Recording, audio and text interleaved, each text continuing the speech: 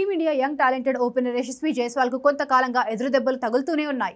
ముఖ్యంగా గంభీర్ కోచ్ గా బాధ్యతలు చేపట్టిన తర్వాత నుంచి జైస్వాల్ ను అన్ని ఫార్మాట్లకు సెలెక్ట్ చేయకుండా పక్కన పెట్టేశాడు. ఛాంపియన్స్ ట్రోఫీ స్క్వాడ్ లో చోటు దక్కినా మళ్లీ తిరిగి స్వదేశానికి పంపించారు. ఆసియా కప్ స్క్వాడ్ లో రిజర్వ్ ప్లేయర్ గా చేర్చి ఫైనల్ స్క్వాడ్ లో అవకాశం ఇవ్వలేదు. అయితే వీటన్నింటిపై యశస్వి జైస్వాల్ మొత్తానికి నోరు విప్పాడు. ఆసియా కప్ కోసం అజిత్ అగార్కర్ నేతృత్వంలో సెలక్షన్ కమిటీ శుభ్మన్ గిల్ ను అనూహ్యంగా జట్టులోకి తీసుకురావడం పెద్ద చర్చనీయాంశమైంది.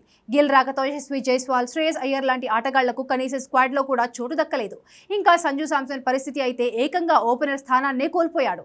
జట్టు ఎంపిక పూర్తిగా సెలెక్టర్ల నిర్ణయమని, తాను చేయగలిగేది ఆడడమే అంటూ యశస్వి జైస్వాల్ ఓ ఇంటర్వ్యూలో స్పష్టం చేశాడు.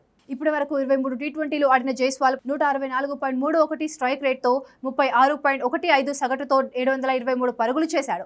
ఐపీఎల్ 2025లో కూడా అతను 14 మ్యాచ్ల్లో 159.71 స్ట్రైక్ రేట్తో 559 పరుగులు సాధించాడు. టీ20 వరల్డ్ కప్ 2026 స్క్వాడ్లో పేరు ఉంటుందనుకున్న సమయంలో కనీసం ఆసియా కప్లో ఎంట్రీ లేకపోవడం ఆశ్చర్యం కలిగించింది.